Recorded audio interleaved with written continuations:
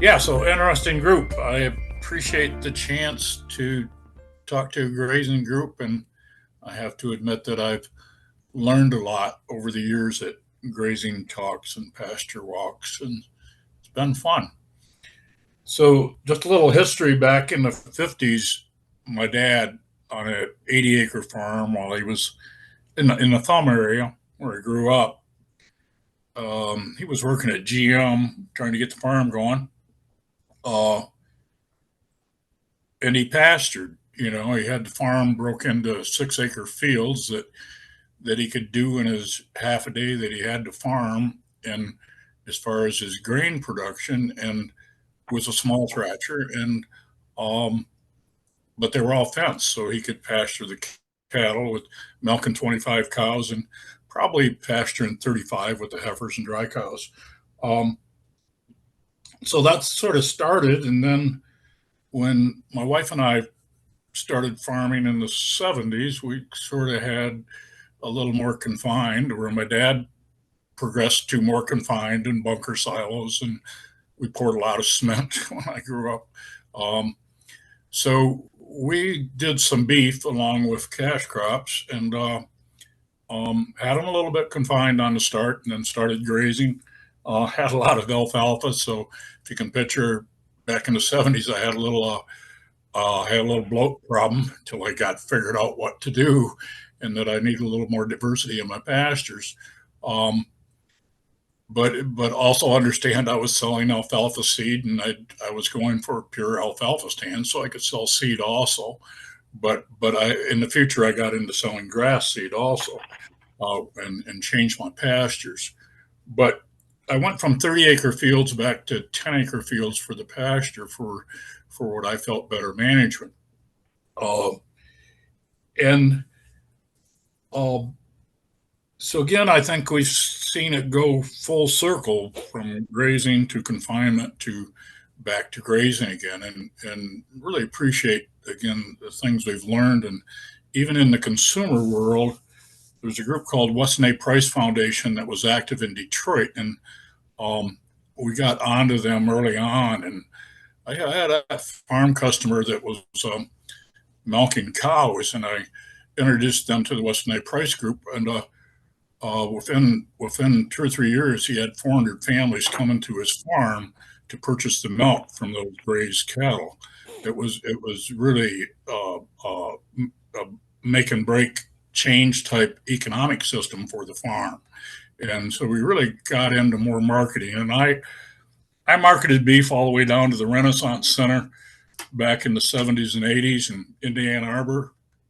Uh, Pastured beef, organic beef. And but I was still graining some. Where in the later years I cut out most all the grain.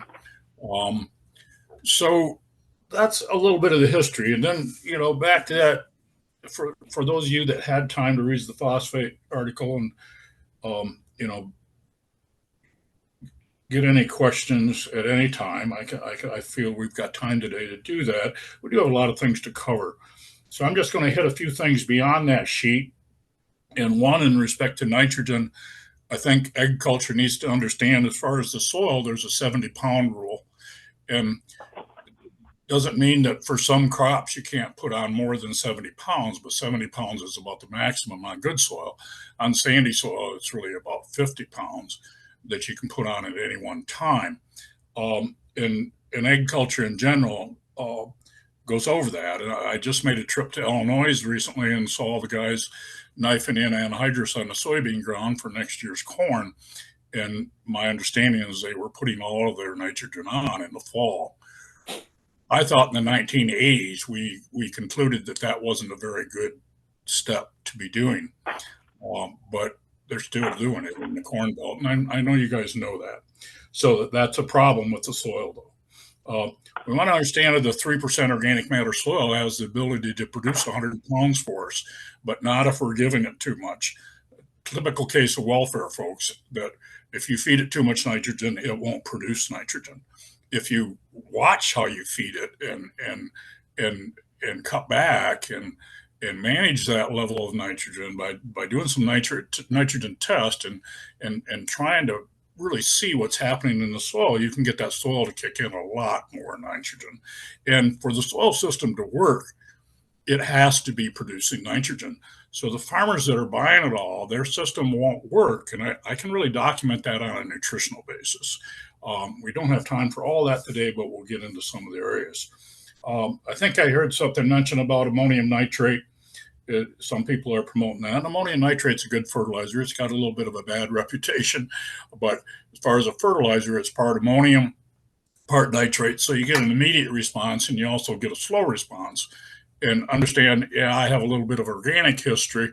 Don't hold that against me because I've worked with and been conventional farm, biological farm, organic farm, and I actually currently work with a lot of large conventional growers down here in the Battle Creek area, in semi-retirement, and then work on local regional food systems along with water quality issues, and that's why I work with the large growers. But ammonium nitrate, ammonium sulfate are good nitrogen sources. We tend to shy away from urea just because it releases too fast, but if we've got a crop that's in dire need and showing nitrate deficiency, I would reach for urea, or I'd reach for something like calcium nitrate. But as we progress and get our system going, I always try to go to slower release. And so I would mention feather meal. It's only 13% nitrogen, but it's very slow release. I'd mention compost, because if it's a higher carbon compost, not necessarily a poultry compost, but a higher carbon compost, the nitrogen will be slow release. And what we want to do, it's sort of like Planned Parenthood, guys. We've got to be planning our nitrogen ahead, and sometimes we've got to be planning ahead as much as a year ahead to get it to release properly. But if we're short, there's nothing wrong with bringing it in a soluble form. Just be careful not to overdo it. So carbon nitrogen ratio, we need to get an understanding on that. I think the best way to get an understanding is to do a little composting, realize most of you are grazing and not coming up with much piles of manure, but it doesn't make no difference how small the pile is. If you do a little composting, you can understand the soil digestion process from learning the composting process. Because it's a separate entity, in this pile, sometimes it's easier to understand. There's a lot of diversity going on in the soil.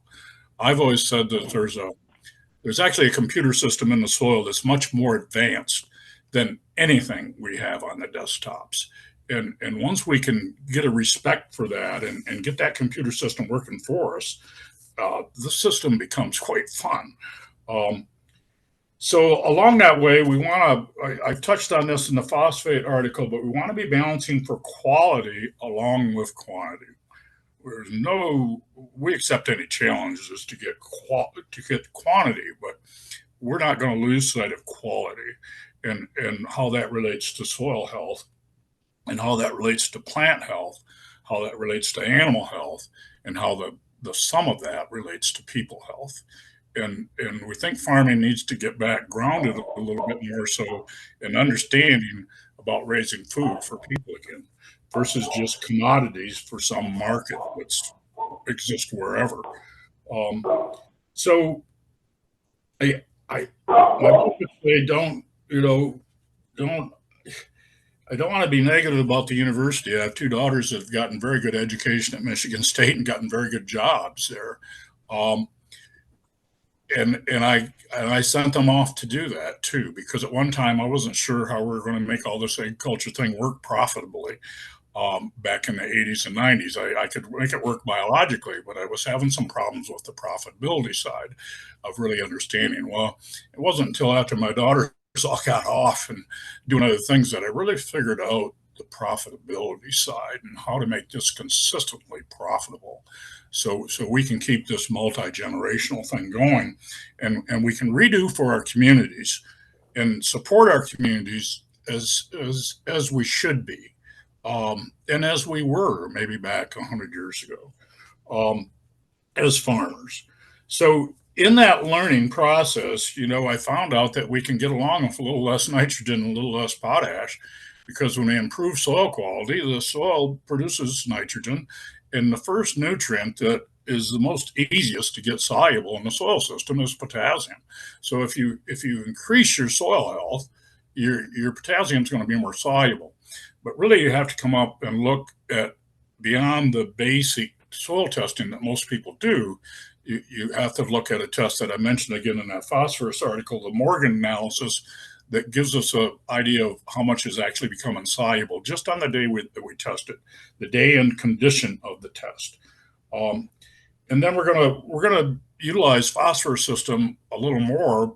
A lot of people say we just have a surplus. We do have a lot of locked up phosphorus in the state, and we have a soil system that's bacterial dominated to the point that it can't really address the phosphorus issue, and that issue affects the Great Lakes tremendously. Um, and so we just got to get that understanding of this bacterial fungal balance in the soil. And I know you've been introduced to it, but whether you've got a handle on that or yeah. So we're going to use a little more phosphorus. We're going to use a little more calcium. We're going to use a little more sulfur. We're going to use a little more trace minerals, and we're going to come up with the nutrient density that we need for good health. And we work off the principle that I got into this partially because of our family was blessed with a lot of cancer, and we still are. And I take it as a blessing. I was taught to deal with those things as blessings. You have to learn, and so I've learned that most all degenerative disease is basically mineral deficiency, and I was slow at learning that, uh, but I can pretty well document that now. Again, degenerative disease, not disease in general. Um, so the soil test, that Morgan analysis, is available from a group out in Fairmont, Minnesota, which was started. The International Ag Labs was started by a man by the name of Dr. Dan Scow, was a doctor of veterinary medicine that went looking for answers because he was tired of treating cattle with drugs. He just got tired of that back in the 70s. And I overlapped with him early on, so I got to study under him, and a man called Dr. Reams, along with quite a few others. Um, Never met Dr. Albrecht, but have studied a lot of his deal. There's a man by the name of Don Schriefer I used to bring into Marlette to speak. He really understood decay systems and how you get the decay working for you. Um, but the Morgan analysis that International Ag Labs offers, and they offer conventional testing too to go along with that. But they also offer a Formosan test, which is a general measure of biology. And we have to understand that, back in the 70s, I read in the Chicago paper when I was traveling that agriculture had lost about 2/3 of its soil biology. And but the key point to that is not that we lost. The key point is as we decrease the overall biology, the non-beneficial percentage always goes up. As we increase the overall biology, the unbeneficial percentage always goes down. So we were setting up a situation for more problems in our biology just by decreasing the biology. And we had those problems. I saw them in agriculture. And now what I had to go out to learn, so my education was mechanical engineering because my dad told me if I could farm if I wanted to. He didn't really advise it because he thought I should be doing other things. So I did some engineering, but I did that as a backup. But before I graduated, I decided I didn't want to spend, I'm trying to watch time here, I didn't want to spend the rest of my life at a drafting table. I really liked I really liked it and time flew by, but I just didn't want to spend the rest of my life inside a building. So I went home and bought a farm and wasn't really prepared to do that. We just did and figured it out along the way, which I wouldn't recommend people doing it just like that. But I'm also saying now this is a tremendous time. You have a unique opportunity for young people to start in agriculture, and I think it's the best time that has existed in my lifetime right now to start out farming, and you have to be a little conservative if we know what conservative means anymore, but and it can work, and it can work to help complement our communities. Um, so just I've looked at parity systems and I've looked at the parity pricing systems back in the 70s and 80s. Um, I went to Washington, D.C. to talk to them about that. But I come to the conclusion that parity starts in the soil. And if we can get the soil right, then through the system, we can deserve to get parity in our products that we send off the farm. Parity pricing, a balanced pricing. Um, so I'm seeing, I look at the pictures and see, and I think I see quite a diversity and quite a diversity of age. Um, we still have that issue in agriculture of the average age, I think, being about 65 years. And it is an issue. Most successful business organizations shoot for about 35 years as their average age component. So I think it's time to change that and bring more people into ag, and we're going to have to be creative.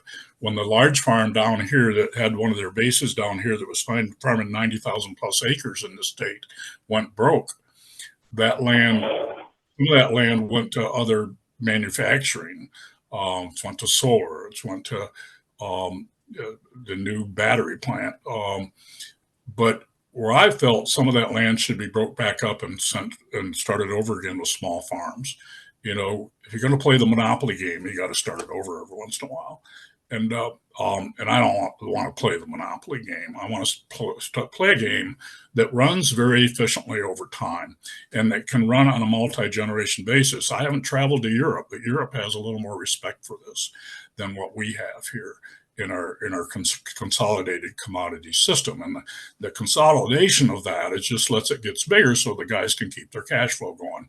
And I had to work on cash flow at a certain time in my business past too, but I made sure that I didn't get stuck in that equation. There's appropriate size, and sometimes you do have to grow some, but you don't perpetuate the process of just working off cash flow. That's not a sustainable system.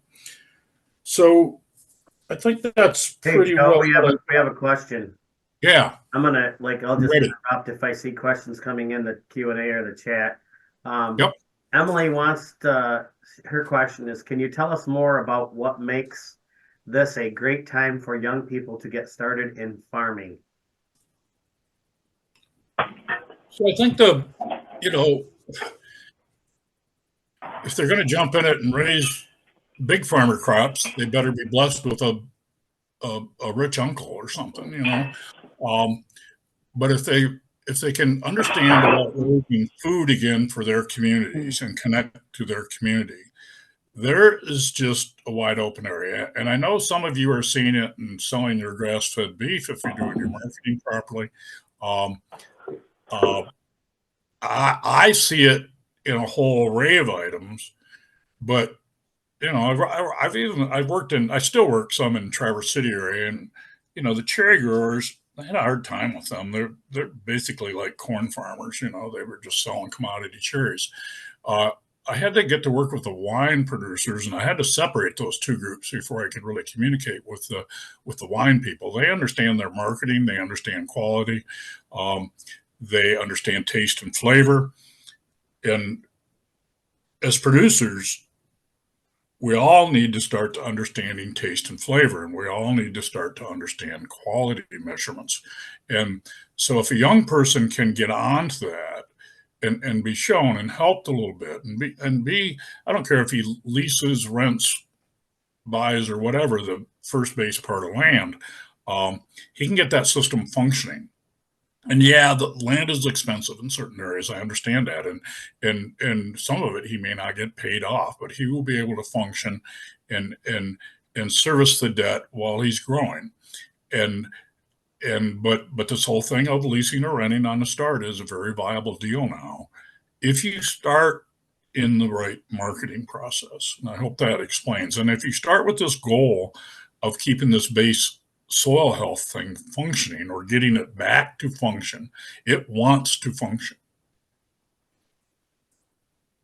Let's go ahead, Cable. Another question. If I answered that one, if not, come with the second part of that question. So if, again, and I'll open this up to the group, if you want to, I do have another question that just popped in, but if you guys want to talk, this is a group that talks quite a bit. So yeah, I'm happy to ask my question. Do that if you would, Ben.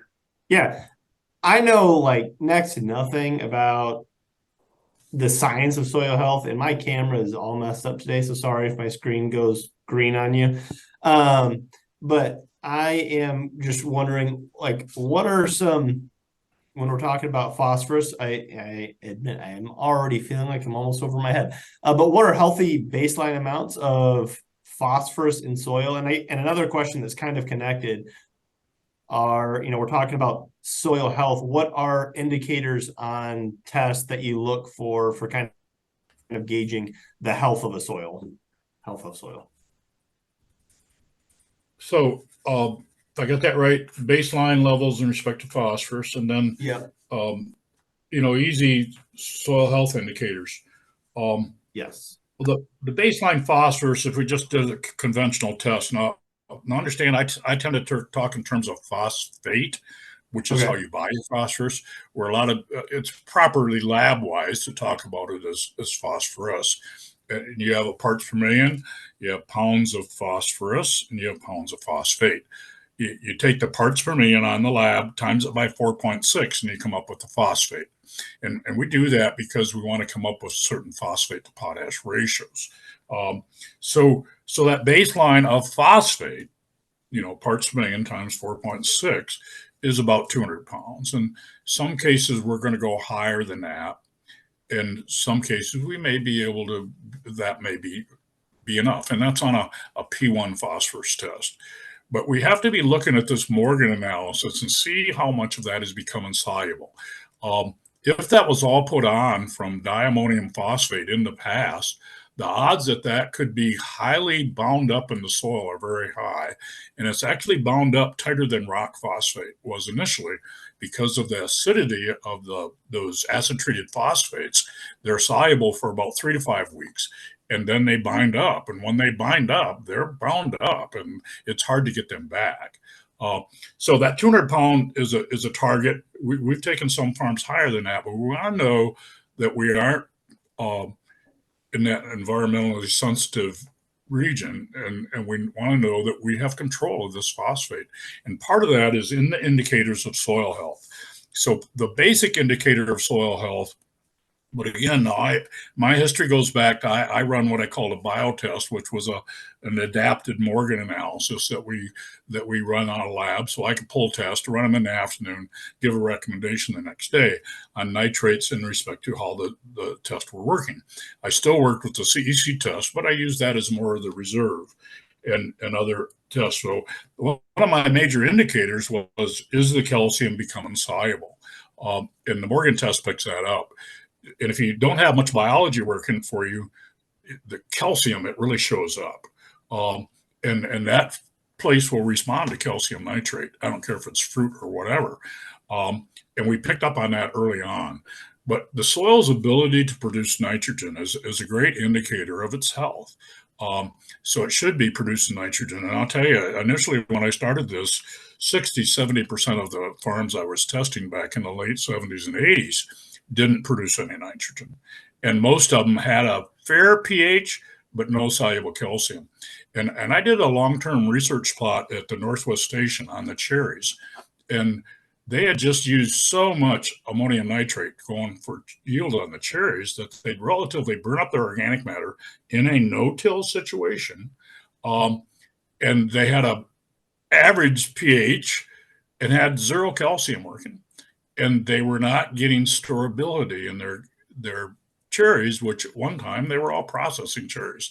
They didn't worry about that. But the fresh market people, that's really important too. And whether it's cherries, lettuce, even the extreme of sugar beets, I've had to deal with all those crops, including blueberries, cranberries. 90% of the crops that I've raised in Michigan, I've looked at what are those base indicators for? And even blueberries requiring a low pH, they do like some nitrogen, and they like the soil that will produce nitrogen. So 200 pounds of phosphate, the indicators is that soil releasing its calcium properly, and is it releasing nitrogen? Those are starters. The longer term measurement is it releasing phosphate? As you get your bacterial populations up, you will release nitrogen. But there's a point in time that bacteria has to be balanced in respect to fungal organisms. If you focus on the fungal organisms first, you stall the system out. too much carbon. It just won't digest it. But as you get your digestive system working, you can manage more carbon. And the carbon, which you grazers in the mob grazing program are understanding this importance of getting the residue back to the ground. And that decay affects the phosphorus system, and it releases slow release nitrogen. So hope that answered it without taking too long. No, that's great. Like, and if anyone else has questions, feel free to interrupt me or tell me my questions are dumb, which is good with me too. But like, how do I know if my soil, how do I know if my soil is producing nitrogen or if it's releasing calcium or if it's releasing phosphate? Is that something that we know from a test, or is that, how do we, this is nitrate test, your question, right now, Michigan State sends their lab work out to A&L Labs, I believe, but you can run a nitrate test. But the thing is, the longer that test sets in shipping, the less accurate it may be. Ideally, you like to run those nitrates right away, and you don't like to dry and grind the test. You like to test the nitrate in the condition of the sample. But you can run them that way. If you don't have one, it's important to get one. You just always try to get a better test as you progress. So that nitrogen there, but then really I'm saying to check the calcium, there's the Morgan analysis isn't run by a lot of labs, and that's why I mentioned International Ag Labs, because they have a history of running those. We run the lab, and we called it a biotest, and we did that for 25, 30 years. But when I semi-retired and moved to Battle Creek to be close to my grandkids here, youngest grandkids, I shut the lab process down, partially because I was so busy I wasn't getting things done that I thought were important to my future. And so I changed my routine a little. So I don't run a lab anymore. And I just run an office out of the house, and I try to focus in certain areas. And educational programs are one of them. Local regional food systems, water quality, and that puts me back dealing with large farmers, because large farmers tend to be the worst ones in respect to how they're managing their nitrogen right now. But I'm not prejudiced against large farmers. I learned a lot from that 1,500 cow dairy farm from Wisconsin that did some of the really first really good grazing programs in this region, and spoke up at Mount Pleasant. I forget his name, but so we've, I'm not prejudiced to size, but I'm just saying it's an opportune time to put small farms back into business. And actually a medium-sized farm can make it pretty well in the organic market right now. And I realize some of you guys aren't organic, and you don't have to be organic. You do have to be focused on quality, and you do have to have a consumer base that understands how you're doing that quality and that will tie to you. Yeah. Hey, Cable, I've got a few comments if I could. I know I'm new to the group, but I've been biting my tongue because my philosophy is basically exactly what Joe is talking about, but this is from a real practical level. So I don't know how many of you have heard of Gary Zimmer, Midwestern Bioag. I worked with them for 12 years, and now I've been with Redmond for 8 years. So we have discovered a lot how to use the Redmond products to jumpstart the biology in the soil. And that's a whole different session. Hopefully I can come on and do a Zoom meeting about this, but just a couple things to maybe help. Benjamin, you had that question earlier, I think, right? This is some practical things. So something I've learned in the past, and I've seen this play out time and time and time again. You can have a smaller amount of say phosphorus in your soil, or potassium or calcium, and depending on the biology, you could have enough to really support a healthy plant and call it a healthy yield. But the quickest way to do that is just through forage testing. You can also use there's a new test called the SAP analysis that's becoming popular, or tissue testing. Otherwise, you just run a forage test and you can see what levels your phosphorus is at, your calcium. And of course, you need to know those ranges and those levels. And that does measure your management a bit too, definitely. But that is a quick way to know whether you have the minerals coming through. Now, we all know that soil health is a lot more than just the minerals because you got the three-legged stool. So the biology, there's also a Haney test. Joe, I'd be interested to know what your thoughts are on the Haney test, because that's something that's really becoming popular out here all across the country. But the other thing is about phosphorus is my understanding, and Joe, you touched on this, is the mycorrhizae fungi is one of the main deliverers of that in the soil. And if you don't have that mycorrhizae fungi, you're going to have a lack of phosphorus. The interesting thing is one of the biggest roadblocks to the mycorrhizae fungi growing is the overuse of phosphorus. So Joe, you touched on that, and that balance is critical. If you keep dumping on more phosphorus to try and get more phosphorus available, you're actually creating a bigger roadblock for yourself. And that's why nature's balance is so critical. So that's just a couple of comments I wanted to make. So Cable, I'll respond a little bit, and I appreciate those comments. They're all right on.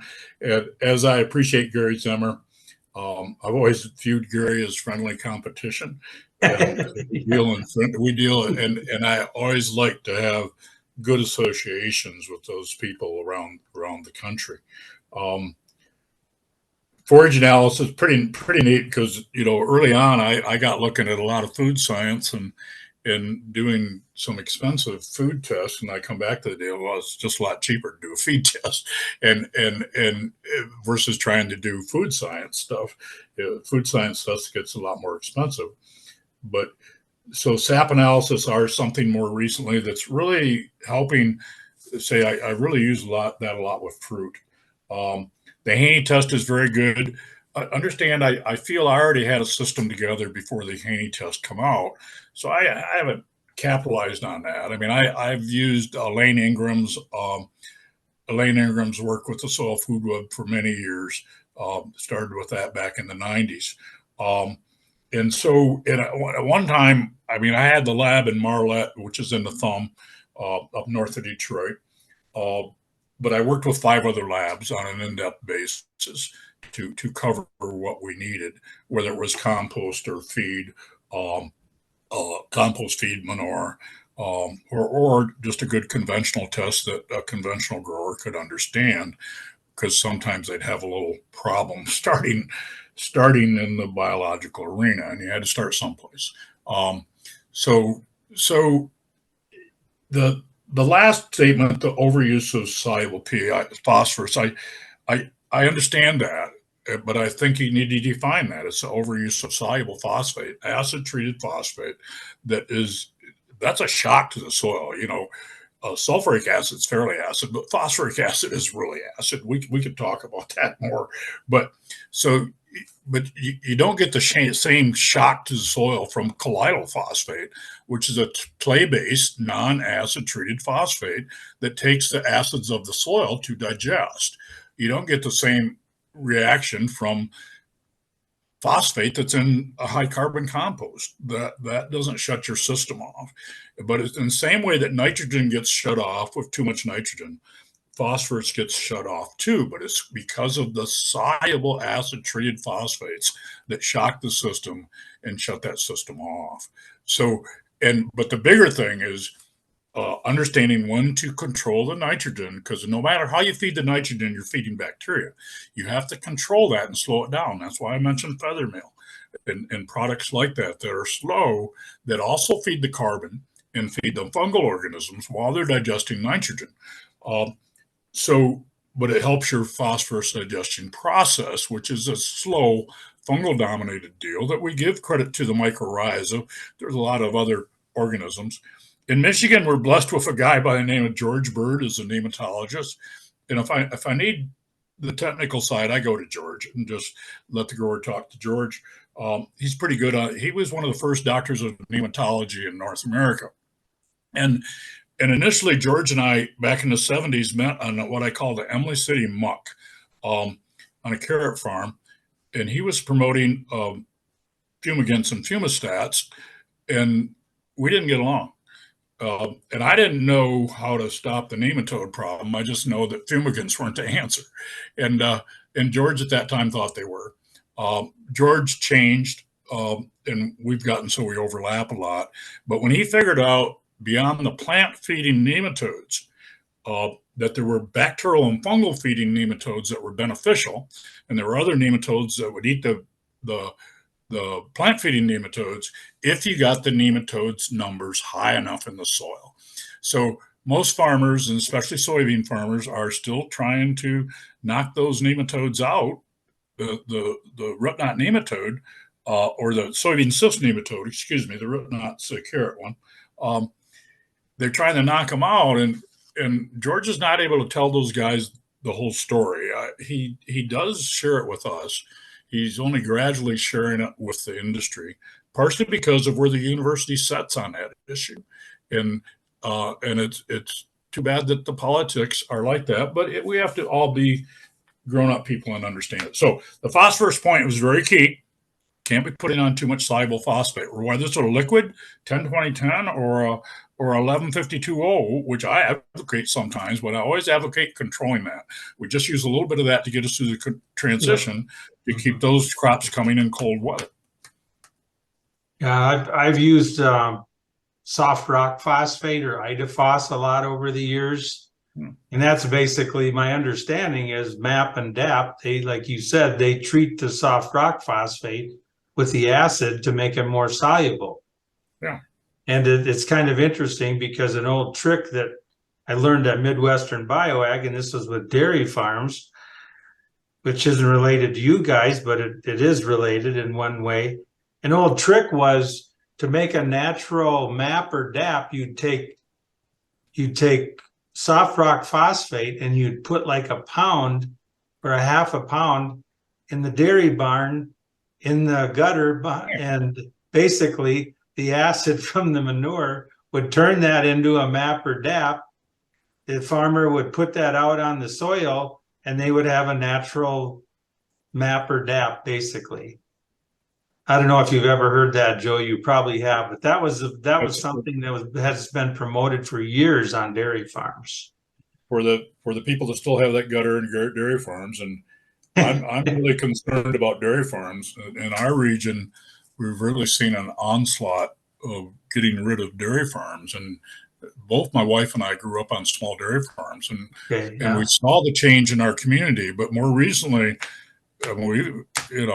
I had a guy that just bought 4 robotic milkers, and so the son could carry on, and he lost his contract with Michigan Milk in the current political climate. It's just we're going with this. We think we can save the deal by this consolidation and going to the venture of an experiment with a 3,000 cow dairy in this area, and I got to say, they might do manure management plans, but they don't know how to manage their manure. And I'm challenging you guys on that. They don't know how to manage their manure, especially in respect to the quality of the water in Lake Erie. And it needs to be managed much better, as do the human waste that we tend to run down the river from our communities.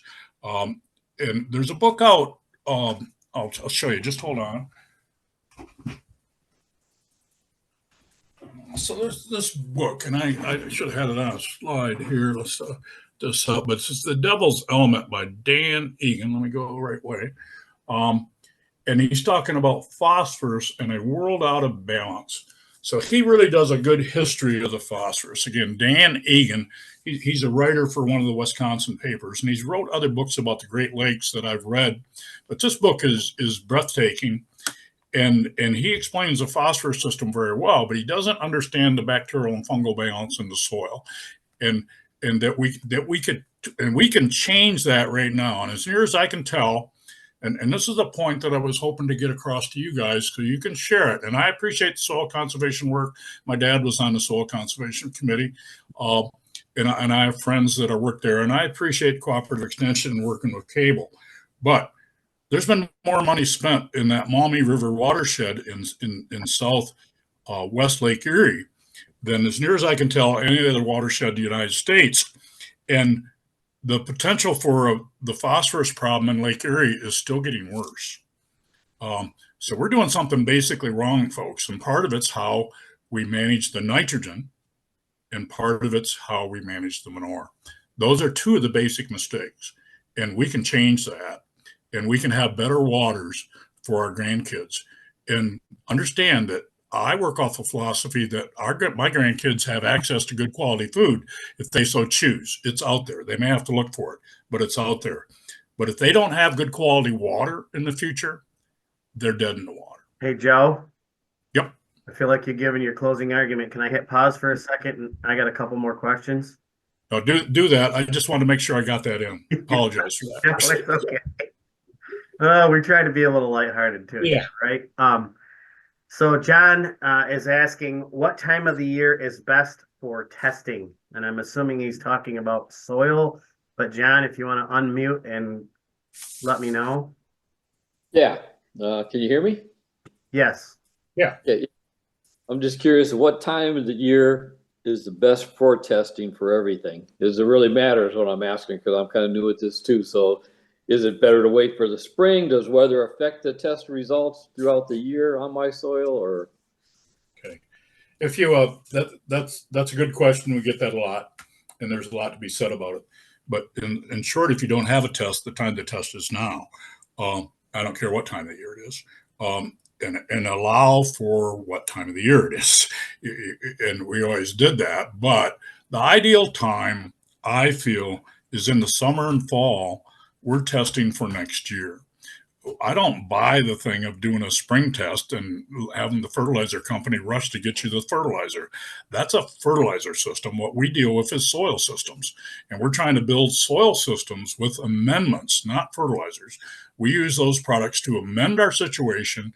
And then we do what we can do to recycle everything that we can to hold that fertility and build the dynamics in that fertility deal.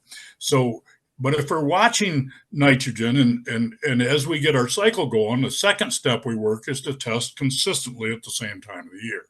The third thing is, no matter what we're looking for, if we're tracking nitrogen, we can test late fall and see what we got going into the fall. That'll be there in the spring. We can test late spring to see what type of a burst we're getting from the bacteria when things start getting green. And things start getting green because the bacteria are becoming active and producing nitrogen. But then sometimes we want to see how the system functions in stress. In Michigan, that stress a lot of times is drought stress in the middle of the year. Some people would say it's so dry, don't bother to test. If we're affecting our soil quality and improving soil quality, we can get a good indication in the dry period if we're doing these Morgan analysis and how the solubility of those nutrients change in respect to, are we short in bacteria, or are we short in fungal, or are we short in organic matter, are we short in humus? I've dealt a lot with Saginaw Valley soils. They have a lot of organic matter. They have very low humus. The organic matter is burned up. Doesn't function like a sponge anymore. So there's multiple answers to that question again, but get it started. Don't wait. Get it started if you're not started. Then try to become consistent at your times. And then I'm going to do the soil quality test at multiple times of the year, trying to show what's happening when I know I have good moisture in the spring, when the soil's woken up. Then I'm going to test a stress period. It could be stress period from too much water or a stress period from not enough water, and see how that system's responding. As we improve the soil, and as we improve the carbon in the soil and the active carbon in the soil, the system becomes more stable. And I'm sure some of you have noticed, as you improve soil quality, you right off the bat do better in dry weather. That's just a common thing across the board that's seen. But as you've done it, you could track what the Rodale experiments out in Pennsylvania that have been going on 30 years. And what they found out, by the time you got to about the 25th year, you also do better in wet conditions also than what conventional agriculture does. So Joe, one of I'm sorry, John, did you have another comment? No, that was it. Thanks a lot. That explained it well. One of the, I don't know, kind of a mind-boggling thing for me, right? It's like test. Okay, test. What? And I don't want to get into that discussion right now because we definitely we'd be here another hour. You know, what do I test? Where do I send the test? I've heard you mention the Morgan test a few times, and if we could get maybe a link, if it's in this document, I've looked through it several times and I don't see it. Maybe No, I could have put it at the bottom. You know, that document was made in back, I used to say the biotest that we did. I've changed it to the Morgan analysis, which International Ag Labs, Fairmont, Minnesota. So Michelle, if you can find that, put a link in the chat, that would be great. Yeah, I can send that to you. Or, but okay, never mind, Michelle. You send it to me, so I'll email it to the group. I don't want to. It's simpler than that. You know, the ultimate soil test is going out and taking a handful of dirt and smelling it. An old timer told me that back in the 1970s. And, you know, I must have had a sinus issue because it took me about 2 years to get onto the smell. But over the years, every soil test that came into my lab, and we had a bunch, got a smell test. And that got reported to me before I made a recommendation. And we got a lot of different smells out there. Some no smell at all. Some were as much to say they called it rotten socks, and the lab girls, and some had this musty ammonia smell that the soil's supposed to smell like when it's got proper biology. And the odds that you'll get that when you walk in a woods and take a handful of that duff are about 90-some%. The odds that you'll get it in a field is less than that. But at one time, it was greatly less than that. I'd like a show of hands from everybody here. How many of you have actually dug soil and smelled it on your farm and looked at it? I'm going to say that it's very high. This is a good group. That's one of the things that that's really one of the things that, there's Michelle. I'm glad I wanted to see her face. But you guys also have done the old underwear experiment, burying the underwear in the soil. I think I saw something on that at one time from you guys. So that's a similar deal. You're trying to measure the biology and how it digests that cotton.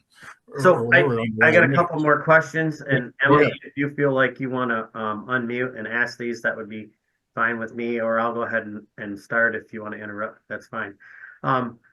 We already talked about it a little bit. The connection was kind of made. I believe Tim and Joe both made this connection, but what if Emily's question, what if, and she's got a couple, so I'll start with this first one. What, if anything, does my hay test tell me about my soil health and functioning? Yeah, that was funny. I put that in there and immediately Tim and Joe talked about it a little bit. But if they have more to say, yeah, I'm interested in that. So a hay test or a feed test in general, the things we look for, I mean, you want good protein, but you also want to know the protein is backed up with more minerals. And if you find that you got higher protein and don't have higher minerals, sometimes it's funny protein that's been affected in some way by nitrogen application, and that could have been manure too. So you want a higher protein. You want to have a comparison out there for you. I always work off an average comparison sheet when I'm making recommendations from feed analysis, and make sure that we're gaining protein per the said crop, and we're gaining minerals too. That means we relatively don't have funny protein. That's because protein test is just a nitrate test, really.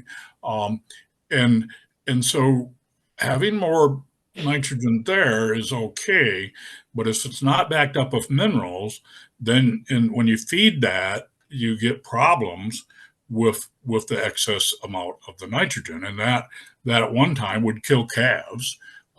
In people, that creates a blue baby syndrome, and we had a lot of blue baby syndrome back in the 60s and 70s when we were experimenting with more nitrogen on farms, and it's too bad, but it happened, and it's in our history.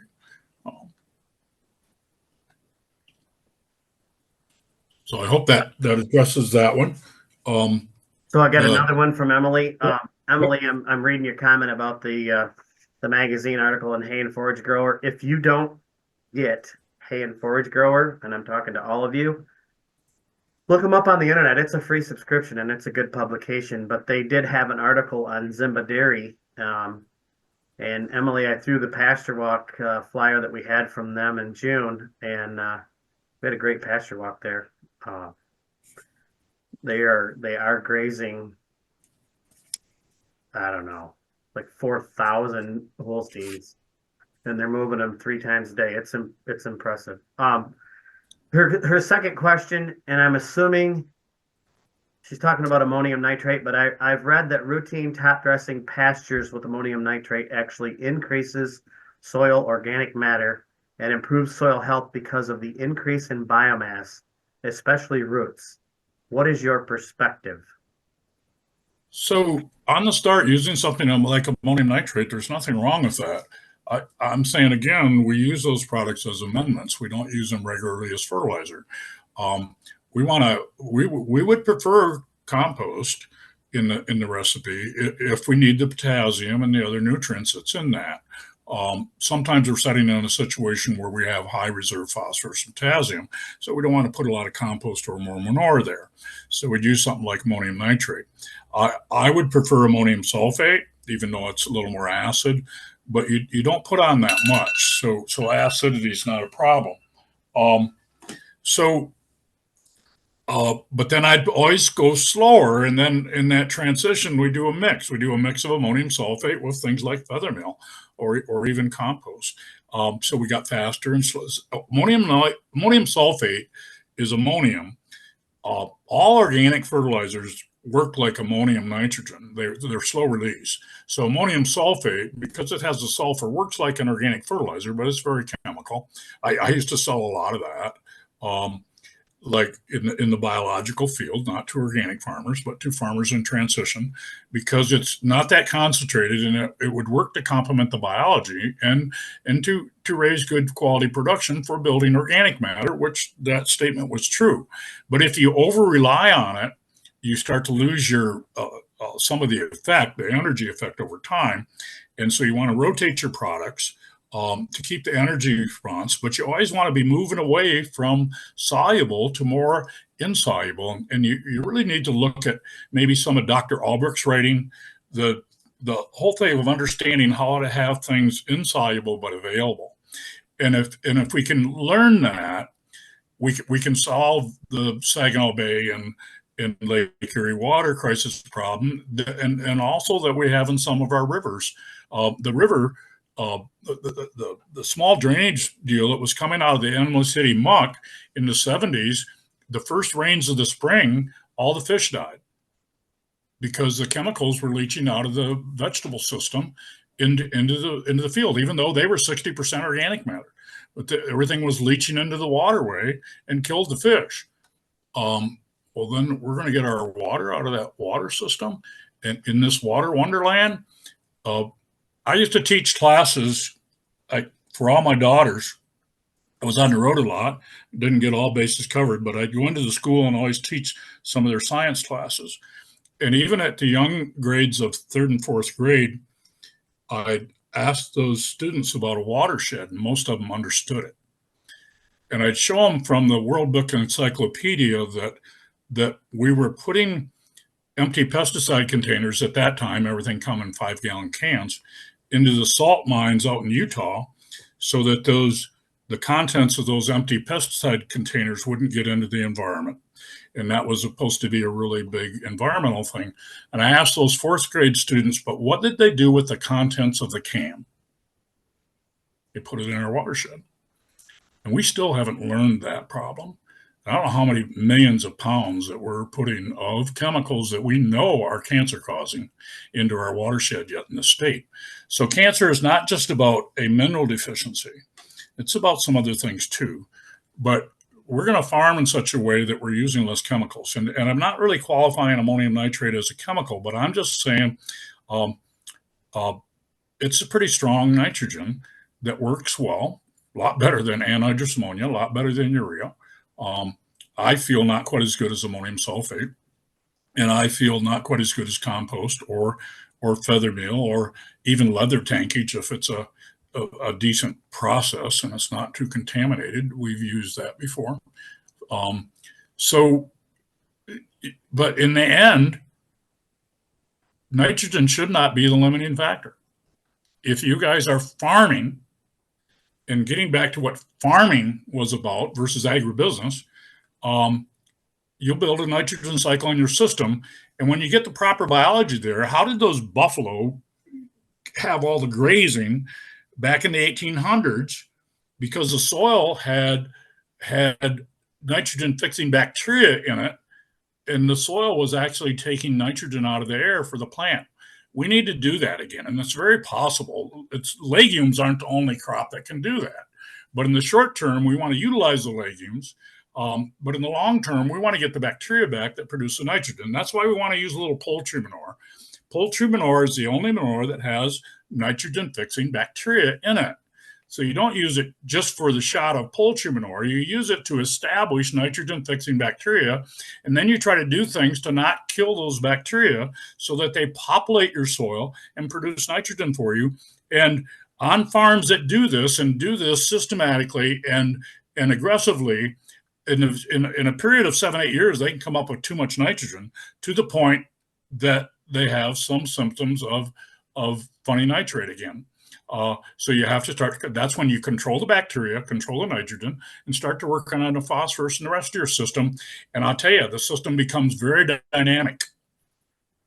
We have a conventional system that's based on a static equation. The one thing I learned in thermodynamics is in college was how to make a system dynamic with heat and pressure. Well, we can make our fertility system and soil system and farming system much more dynamic than we were taught in the 60s and 70s or 80s, and maybe even more recently. So, again, too long. Thank you for that answer. Thank you. You're welcome. Does anybody else have anything that they would they want to talk about? Or I know we typically have, like, we kind of go around the horn. I said around the horn. I think I stole that from Frank in the beef team meeting. But we go around and talk about issues or concerns. Or let me throw a couple things out there while they're writing their questions down. I'll have a program down here on the evening of February 2nd, a Friday, and then all day on February 3rd, a Saturday. And we'll be talking about SAP analysis in depth. Dane Terrell would do that. He's from Southwest Michigan. I'll have John Frank coming in. He used to be with International Ag Labs to talk about how we raise nutrient-dense production. And I'll do some of the things I've talked about today. So I want to get that down. And then I want to say, you know, we got high-tech things of GPS testing, you know, and I'm all in favor of GPS testing. I just haven't seen too many computerized programs from GPS testing that take soil biology into consideration. And until they take soil biology into consideration, I can go out and walk a field and give the farmer more consistent results. And I can do GPS and do it with a four-wheeler too. I like the feel of walking a field. I get so I can tell, my feet can tell whether we have compaction or not. So soil biology is a big one. Regenerative ag talks a lot about tillage being the problem. I just want to tell you folks that chemicals or tillage can be a problem. We have to offset the effects of that. So tillage is not the problem, excess use of nitrogen is. I want to say that again. Tillage is not the problem. Excess use of nitrogen is. Excess use of nitrogen creates the problem of phosphorus. And we blame it on phosphorus, missing the target of the excess use of nitrogen, trying to stay up in a commodity market. Got to break that commodity market. Got to get back to doing food again. So I appreciate regenerative ag, and I really, Gabe Brown is quite a blessing to agriculture in general. But we disagree on a couple issues. And understand, I have dealt with some of the largest organic farmers in the Midwest, and some of them are building soil. Some of them are using the USDA approach of no pesticides from chemicals and not building their soil too. And they're using too much tillage. Too much tillage is too much tillage. I don't question that. Doing no-till with too many chemicals, I can show you the effect of that too. I have a lot of tests on file on that. So it's not a matter of the chemical. I'm not against chemical use. I'm against routine use. There's reasons that we'll use those in the transition. And then we'll get a better system functioning for our community. So, okay, well, what do you got for questions? I don't have any questions in, but I'm going to open it up and ask people to unmute. And if there's anything that they want to talk about that we haven't covered, I know it's like drinking from a fire hose. I feel like I'm back at the Understanding Ag deal. And it's going to take me some time to digest this, which is why it's recorded. I will send out the recording just to this group. This is not a, it's not a public recording, if that makes sense. Does that, it's for this group. I will send that out and go back and maybe take notes and learn and relearn. Michelle did put a link to Ag Labs in there. I think this group has a pretty good handle on walking their pastures and digging soil and smelling. And I don't think that any of us, I'm glad to hear the comment you made, Joe, about tillage. Because it can be, it can be a bad thing if it's used in excess. Yes. I mean, I know some organic farms that are claiming they're the best thing since sliced bread, and they're over-tilling like crazy and losing topsoil, and that's not good either. So, I mean, there are two sides to that coin, and I appreciate you for bringing that up. I also agree on the chemical side. I don't use chemicals on my farm a whole lot, but I can take you to the shed and show you some chemicals that I do occasionally use. It's not something I'll take out of the toolbox, but it's not something I want to rely on heavily on a regular basis. I got a question. Yes, Pete, go ahead.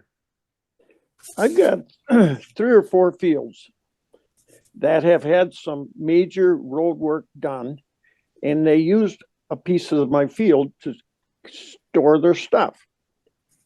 One of them is a pond.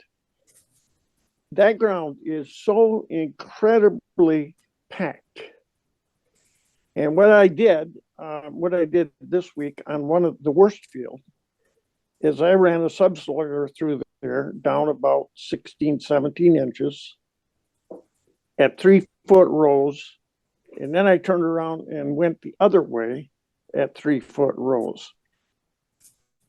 Is that going to fix it? Or is there still compaction between that grid? So a good valid question.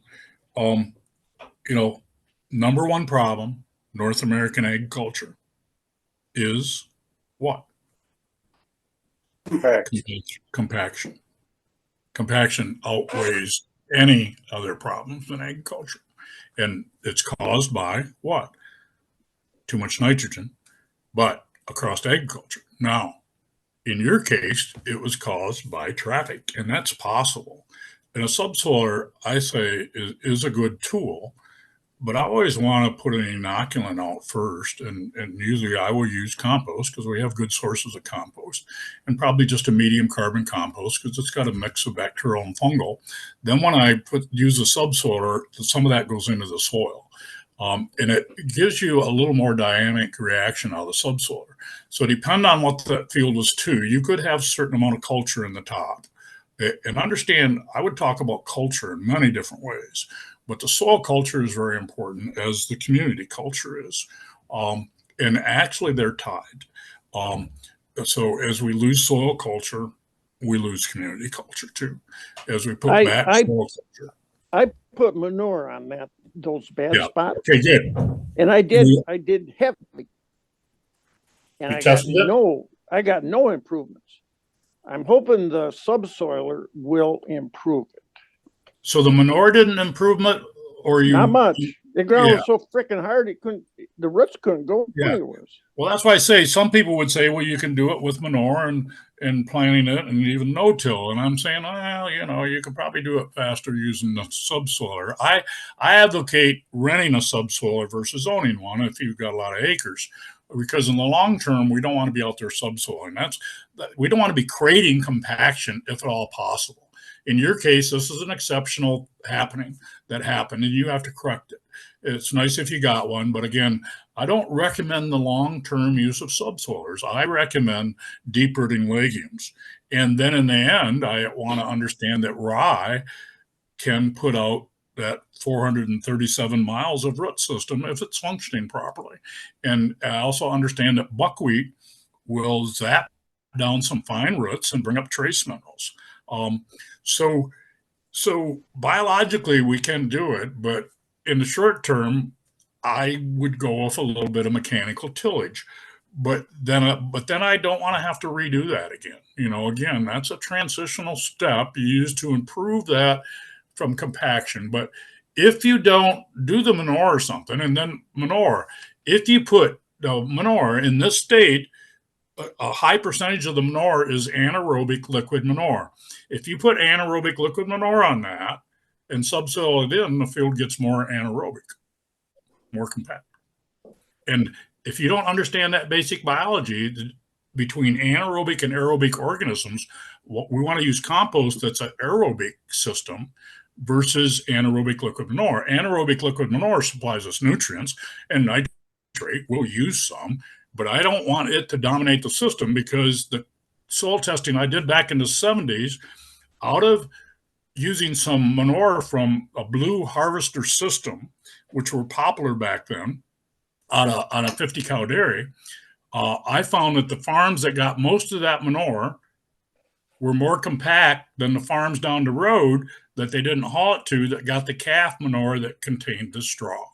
The calf manure that contained the straw actually helped the soil. The liquid manure out of those blue anaerobic structures actually hurt the soil. And that's why the guy hired me, because he had a problem.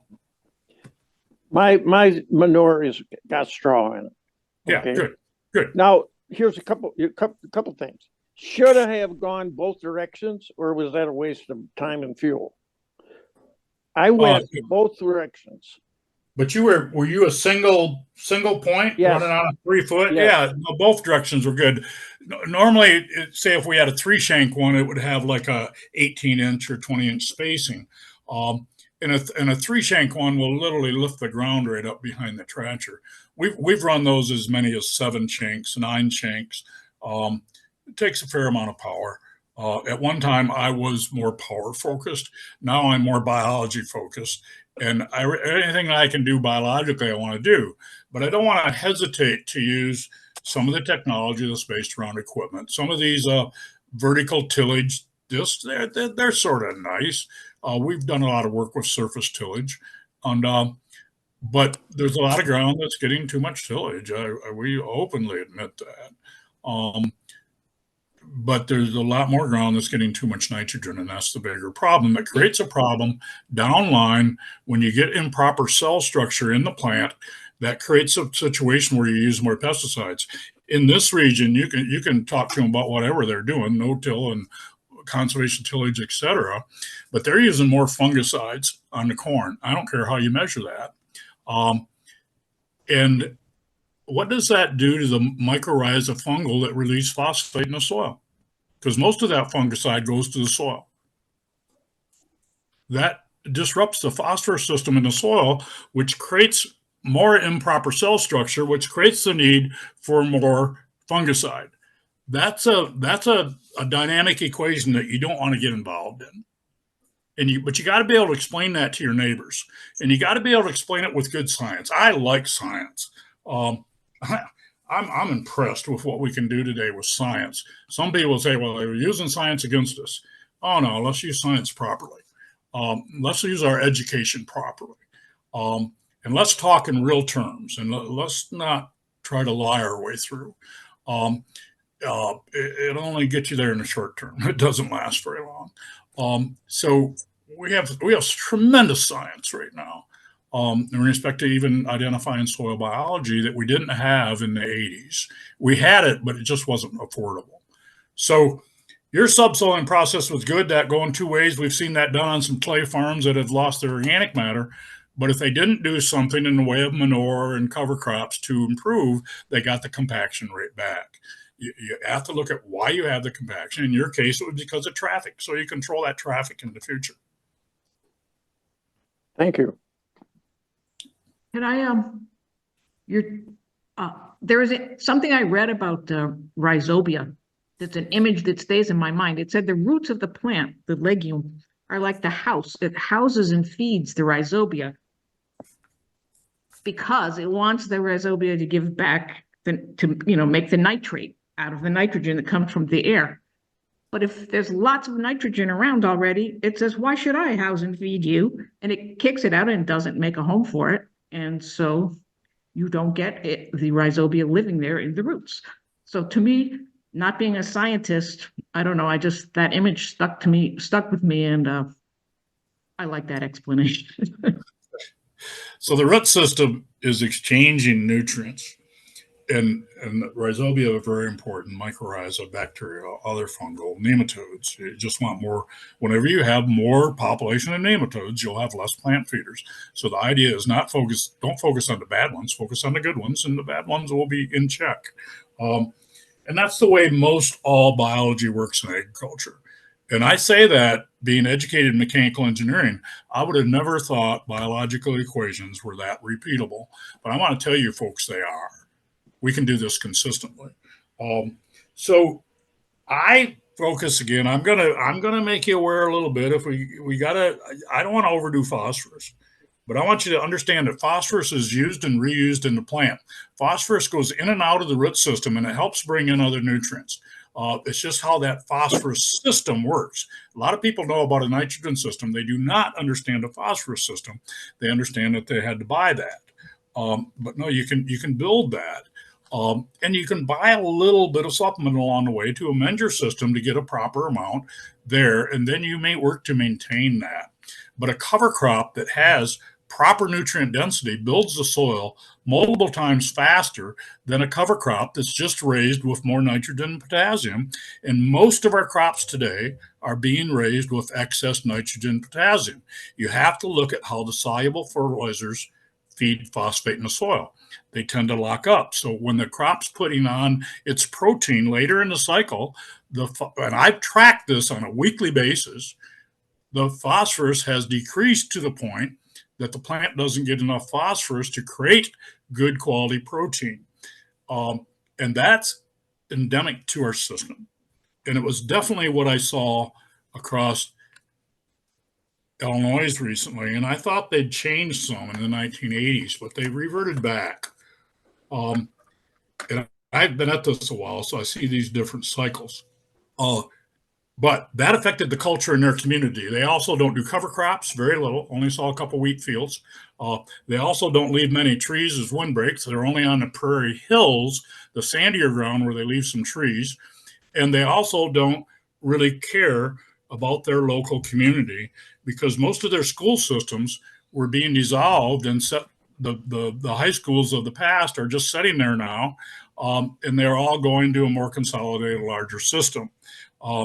Meaning they're losing their communities. Now, some of that happens in Michigan too, but I want to say that it goes back to the rhizobia too. You have to understand how the culture in the soil works. So I'm going to give you a final one here that there's another farmer that I met along the way from, I think, Durham, Ontario, northwest of Toronto.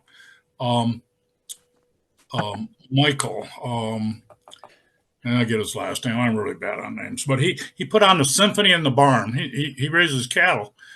He milks. The cows are in the basement. The symphony was going on in the barn. Black tie event. People walked out of the barn and their black tie event. Their clothes didn't smell like cattle because his manure is different. He understands how to feed animals. He doesn't have a hot ration. He has a nutritionally sound ration because he's supplying milk to people. He's not just going for production, he's going for good tasting milk. But the Symphony in the Barn, you can Google that. And Michael Smith, Michael will come up. But there was a lot of challenges in doing that in Canada. And so Michael's had to live through a lot of challenges. And but I was blessed to attend Symphony in the Barn. But that's and I got grasping how we put culture back into our communities. And I tell you, it's an important part of the farm. Music is an important part of the farm. I hope some of you folks are able to be blessed with that now and then. Go ahead. So we have a couple more questions. And I'm going to ask Randy if you want to go ahead, unmute, talk about your question. Okay, yeah, in talking with Tim Williams there, he had mentioned a bentonite soil conditioner, and I don't know much about that. Just wondering what it is and how it's applied. So there's a bentonite soil conditioners out of, I think, Missouri. Are we talking the right one here, Tim? No. So Redmond, we have our own bentonite soil. So we have our ancient sea salt deposit, which you can see behind me there. Yeah. And but we have above ground, we have our bentonite clay. We have done extensive research, university research on the benefits of clay in animal livestock. Well, as you know, the soil is very similar to what's going on in a rumen. Very, very similar. So we just completed 4 years of soil research on understanding our salt and clay in the soil. And we got another this year. I'm in the planning it right now. We're going to do more research because we've got a couple new products. But the salt and the clay in combination are our two basic products. And the big thing that clay is a toxin binder. And we have proven not only this in the rumen of cattle, but we have also proven this in soil, where we've reduced the toxins in soil by putting our clay there. And so we're not using enough clay to dramatically say that you have sandy soil. We're not putting enough clay on to change the type of your soil. But what we're doing, we're putting enough on to change the holding capacity in the root zone. Because we all know that your best soil is a combination. You've got a certain amount of clay in there, which gives you a tremendous holding and releasing capacity, your CEC. So those are some of the benefits that we see by using our clay. And we're not saying we totally understand it, because I truly believe that the soil health and the biology in the soil is one of the most complicated systems on earth. And it's one of the systems we know the least about. So when I hopefully do a Zoom with you all, I'll be able to go through this research and I'll be able to explain. The other thing that we've stumbled on is when I came from Midwestern Bioag, I had it pounded in my head for 12 years, low salt and no salt fertilizer.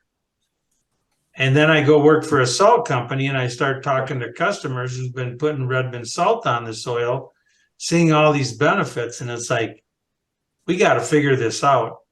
So I went from being a skeptic to now understanding, and I'm just going to whet your appetite, because this gets really in depth and I don't want to steal all the time. But the big thing with your biology, we have increased the biology, the species, the good species.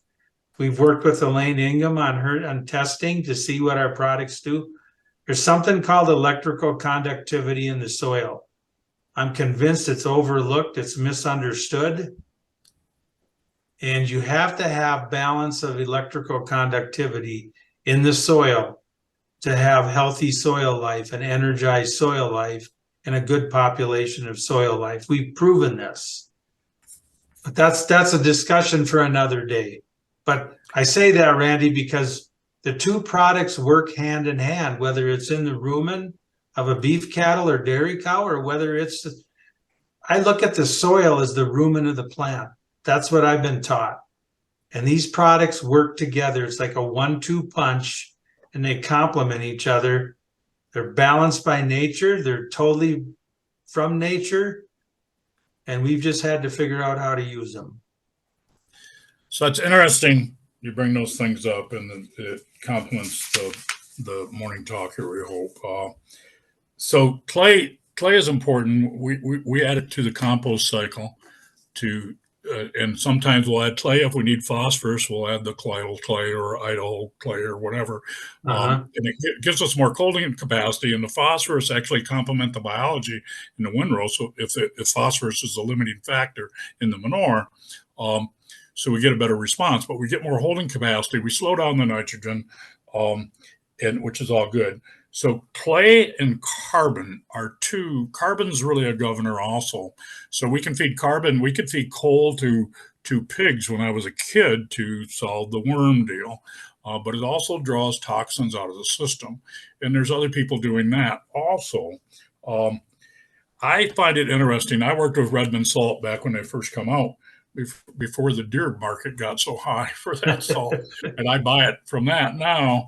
But I worked with that early on, and I had a doc. I was just a small company, and that traveled a lot. But I was able to have a doctor of veterinary medicine work for me for 8 or 9 years, and we equated things back to animal health, and then we extrapolated that up to human health. So electrical conductivity is a very important part of what I call the biotest, but it's also a very important part of International Ag Lab's Morgan analysis that some Morgan analysis don't have. They also do a humus test, which is actually, we don't know where our organic matter is, but we need to know the humus. But I agree that the system's a little complicated, and especially when we start. The key thing about this system in respect to soil health is when you get it working, it just wants to work, and it sort of works by itself, and you don't have to be out there all the time. So it gets simpler as you go. You get through that transition, you take help from whoever, and you use a few amendments. Just don't get caught in the fertilizer deal. Having to fertilize every year, that's a fallacy. It's like, so it's complicated. I have a general rule that when life just gets too complicated, go back to common sense. Usually it'll get you through. Yeah, I agree, definitely. Okay, thanks. So is this something that's just applied with machinery, or is it expensive? You mean our product? Yeah, like a bentonite clay conditioner, whoever. Yeah, so what we've done is we have found different mixes work the best for different soil type. So obviously, if you have sandier soil, you're going to be lacking clay in that, and you're going to be lacking holding capacity. So we want to improve that in the root zone. We would do a combination of salt and clay that would improve that holding capacity in the root zone. So we would use a product that we call SR65, which is 65% clay, 35% salt. The average is 100 to 200 pounds an acre. On your type of soil there where you're at, I'm guessing you're more of a silt loam soil with a CEC of maybe 10 to 20. I'm just guessing, and I'm sure there's lighter soil as well. But otherwise, we have an SR50 if you have more of a silt loam soil. So we're trying to we found through research that the sweet spot is 50 to 100 pounds an acre per year of the salt and of the clay. In Michigan, that's probably going to run 200 pounds an acre is probably going to run $40 to $45 an acre. So it's not a complete program because there's no nitrogen in it and there's very little P and K. But we have found that we can replace a lot of N, P, and K because of that energy and because we are creating a better environment for the biology, just like what Joe's been talking about. And you got to remember, I've learned over the years, you can work with nature, you can work with biology, or you can try and force nature's hand. And when you force nature's hand, nature always wins. There's consequences, whether it's the water quality, whether it's, losing topsoil. There's just so many negative results of not supporting nature. So that's the average cost. And what we find is, you start utilizing more nitrogen from the atmosphere, just like Joe said. When you have energized biology, what we've learned is they reproduce, and when they reproduce, you're going to get more mineral uptake, and that's kind of a deep discussion too. But that's a big part of that whole healthy life system. Joe, you touched on the parasitic nematodes. We have seen when we put certain amounts of our products on, that we decrease the parasitic nematodes and we increase the good guys. Well, in nature, there's always a balance of good and bad. So we have to create a better environment to encourage the good guys. And the good guys, just like in our systems, right, or an animal system, the good guys will control the bad guys if you create the right environment. Like Joe was referring to, they're not a fertilizer. Because if you try and look at, we need so many pounds of nitrogen a year, you're not going to get it from our products directly, but indirectly, you're going to get more from the atmosphere. I don't know, Randy, if that kind of touches on your question. I try not to, just like Joe, we're just scratching the surface, and you can just go on and on and on. I'm gonna hit the pause button, guys. I'm gonna hit the pause button on this discussion, and if it doesn't answer Randy's question, he's gonna have to wait. I want to make sure that we get, if anybody has anything, because one of the we usually don't have a speaker for the entire hour, so we've had more time for discussion amongst the members in the past. And if there's anything you want to say, talk about your farm, how are things going? I'd kind of like to know how the weather is in your area. And I'm looking at Jeff's picture. He's feeding hay. And it looks like, I just want to know what's going on here. We've been, yesterday we were 45. And in terms of bale grazing, I still have the cows in a lot. Where I brought them when I fence line weaned calves. And I haven't moved them back out because we're in mud season here right now, and I don't want to tear up pastures. And I want to move bales out for bale grazing. I'm kind of curious. I want to know what's going on with your farms, but before I do that, any last questions for Joe? Joe, I do want to thank you for taking time to join us today. I've had several people ask in the chat and the Q&A to get more information about your February 2nd program and 3rd program. So if you could email that to me. Do you have a flyer that you could send me? Yeah. Send me that flyer. And It's in process. Okay. Well. Yeah. Okay. Send it to me and I'll make sure the group gets it, because I do have several that have asked questions. I do want to go ahead. I realize you want to report. I want to leave you something for the next time for them, but really good comments and questions, and I'm looking at the comments in the chat part here right now. So I know I've asked you before, and I just leave it with them. What's the state soil in Michigan? Casca sand. Yeah, great. A lot of times I get this pause. People know what the state bird is, but they don't know what the state soil is. And then the deal is why. And is it because we have a lot of it, or is it because it's really good soil that happen to have gotten farmed out. We want to bring that back to its production ability, and I'm sure some of you are working on that and are blessed with that, and it can be really good soil. So I leave that for future discussions, and I've enjoyed it. And go on. I'm going to try to respond in the chat area here where I can. Thank you much. Yeah, I had no Thank idea you. that Kalkaska sand was Michigan State soil. But I did just find something that I'm going to put in the chat in regards to that. So, does anybody have, like, could anybody give an update on their farm or what's going on? Lyle, you've been really quiet today. Absorbing it all in, huh? Just sucking it all up, Caleb. Trying to be a sponge. Pretty quiet up here. I think we're in the 40s. I think 41. It's balmy, and I think it might even be raining out there. I haven't been outside yet, so it might be. That's crazy.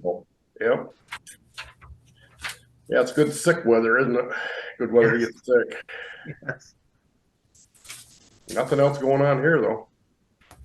Pete, how about you? What's going on in the livestock? We have 100 ewes and some lambs that are on our last hayfield / pasture. We're strip grazing it. We got another week or two, and then that'll be done. Then they'll go to turnips. We got 18 acres of turnips this year, and it looks beautiful. The cows got their first bale last Saturday, but they still are getting quite a bit of green grass out there. We had a lot of water, and the temperatures are not bad, so the grass is still growing. Yeah, I'm unrolling hay now, and so far so good. But I've only unrolled 2 bales, so I can't really make a statement there. What did you end up getting for an unroller? Work saver. Okay. Pretty nice. It's got a hydraulic cylinder that clamps the bale, the big bearing, so it unrolls nicely. I got a little tractor, 2150 Deere. I don't think it's too hard on the ground. It's pretty nice, I think, for what we're doing. We have kind of a gravelly soil where the cows are, and it can take some abuse and still look good. You know, you don't get ruts. Gotcha. Well, I'm glad you found the bale unroller. So far, so good. Good. If anybody, I see Brandy switched her background when we start talking about feeding hay. Anybody else have anything that they want to add? What's going on? One question for Pete, if I could. I want Pete to keep track of how often he gets the direction to unroll correct. Because I hit about 75% right, 25% of the time I got to turn around. So keep track of it, Pete. See if you do better than me. I did 2, and one was right and one was wrong. So you're at 50. So on the first one, I forgot to look. Okay. But you're sometimes right. they're hard to read. Yeah, I know it. I know that I know what you're saying, Jim, but sometimes if you get it the right direction, it rolls too fast and too big of a chunk. You're just not going fast enough. If you get it the wrong way, you got to go faster. Oh, yeah. Go up a gear, huh? I've seen some videos of Jordan spreading hay at Brandy's farm, and he gets rolling. Yeah, I do try to tell him whatever side the pink is on. That way he knows how to unroll it. He puts that on whichever side. I just yell pink on this side. But if he grabs the wrong way, if he goes faster, it just flies apart. So it does work well. I did want to update a little bit on myself. So we're currently unrolling. You can see in my background. We're doing that we were doing 3 sets of cattle. We're down to 2 because I have a set of heifers that won't stay in a fence. But we did go with 42 bales on an acre of ground that we're going to bale graze. So we have that set up. So we went a little bigger scale. And if the ground gets frozen here sometime soon, we will expand our bale grazing to give my husband some, doesn't have a cab tractor time, kind of a break from the winter weather, as we're calling it. But we're also focusing on kind of the weakest areas for production that we have. We understand we might not get good production next year. We're okay with that. It's not producing the greatest anyways. So we're going to hit her hard and we're going to see what happens. But we're also doing the unrolling, just dependent on the soils and the location. So feeding hay, going well. It's wet and it's turning muddy. I'll remind everybody, when Brandy's teasing her husband about no cab tractor, she's doing it from a heated cab Can-Am side by side. Anybody else want to talk? Jeff, Jim, Randy, Frank? I just want to say thank you to Joe, and that I certainly appreciate your knowledge, and you're obviously passionate about the things that you do, and I really appreciate that, and it definitely comes out in your presentation, and that's awesome. So thank you very much for that. I do appreciate it. You're welcome. Yeah. Jim, But go ahead. What's going on your ranch other than you're trying to figure out how to unroll bales? that's it. That's well, we're still cutting wood too, but that's ongoing project. Tell me about it. Otherwise than that, life's good, and thank you, Joe. Appreciated it. Intrigued by your concert in the barn. I put a link in the chat about that. That's pretty cool. Yeah, I did. I Googled that too. So Good. Nick or Randy or Michelle or Frank? Well, I started feeding hay last couple weeks. It's just so wet around here. I don't want to put them out on the pasture, so I'm feeding them in a pavilion right now. It's going to be a mess, but better than tearing my pastures up. And the way I do it, when I do unroll, is I have the roll on the spike, and I get off and unwrap the netting. And when I unwrap the netting, I know which way I got to unroll it when I flick it off and start unrolling it. So that's kind of how I've determined which way to unroll it. Good idea. I know it takes a little time to unroll the netting, but I don't know. It doesn't bother me. You actually take time to unroll the netting? Yes, I do. Yeah. I usually just make a big slice and Yeah. tear it off. Yeah. Drop it. I'm not impatient, but maybe. I used to do that, but then half time I didn't have the knife, so I unrolled it anyways. Now I don't have to worry about having my knife with me.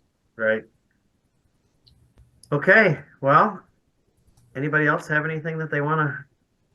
I see, I don't know if Nick's still with us. I see that, but I see keeping up on you guys on social media.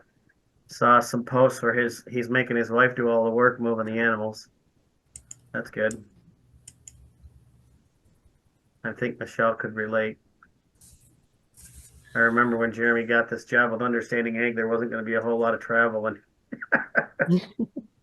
I don't think that's the case. Yes, So and no. I keep adding here, but really enjoy seeing the cattle in the backgrounds of the pictures. You know, something about the animals that make a farm. And so with that, the black cattle, I had quite a diversity at one time, but I focused on black. And then I always wanted the belted Galloways, never got those. Oh, Joe. So I appreciate seeing those today. You know, in the thing of downsizing in the freezer beef market, it fit really well. So I have a daughter that is one of the vice presidents at Certified Angus Beef out of Worcester, Ohio. And then I have another daughter that raises Hereford show cattle next door. So I get to work with the pastures a little bit. And they have some Angus, but more focused on show cattle, cow calf. Even though we've sold the farm, we still have that tie, and I appreciate my daughter now is one of the main ones that has farmland in the family and even the extended family. So appreciate you guys being out there doing the work, and keep it going. And I think cattle, animals, sheep. I kept telling those guys up to Traverse City, you know, a good lamb chop will sell pretty well with a glass of wine.